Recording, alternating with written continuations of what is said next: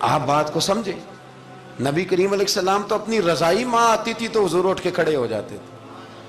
حضور نے کہا یہ تعظیم کا موقع ہے.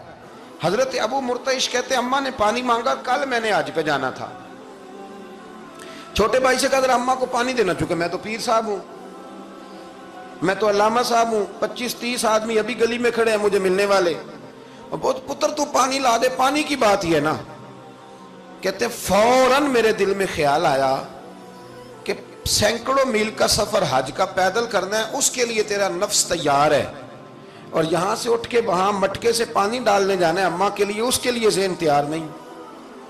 فرماتے ہیں پھر میرے اندر سے آواز آئی کہ یہ تو حج کرنے جا رہا ہے نا, اس میں لوگ تجھے حاجی کہیں گے, اور واپسی پہ تیرے گلے میں پھولوں کا ہار ڈالیں گے, لیکن اماں کو پانی پلانے پر تو کوئی بندہ انعام نہیں دے گا, کوئی شور نہیں ہوگا. تو فرماتے ہیں میں سمجھ گیا کہ ابھی میں حج کے لیے نفسیاتی طور پر تو تیار ہوں, پر دلی طور پر تیار نہیں ہوں. کہتے ہیں میں نے حج کا ارادہ چھوڑ دیا. میری اماں کہنے لگی بیٹے جاتا کیوں نہیں؟ میں نے کہا اماں پہلے تیرے تک پہنچ لو, پھر بیت اللہ شریف تک بھی پہنچ جاؤں. تو دینی کام زندگی میں کوئی بھی کرے نا, مخلص ہو کے کریں, نکل آئیں تسنن سے, بس کریں. یار مطلب سب کے سامنے اداکاری تو اللہ رسول کے سامنے بھی اداکاری چھوڑ دیں یار. مطلب ویسے بھی میں کہتا ہوں اداکاری کرتے بندہ تھک جاتا ہے, اداکاری کرتے کرتے نا بندہ وہ لمبی نہیں چلتی. تو آپ نارمل زندگی میں اللہ رسول کے ساتھ رہیں گے تو وہ آپ کے لیے بہتری ہوگی, آسانی ہوگی آپ کے لیے.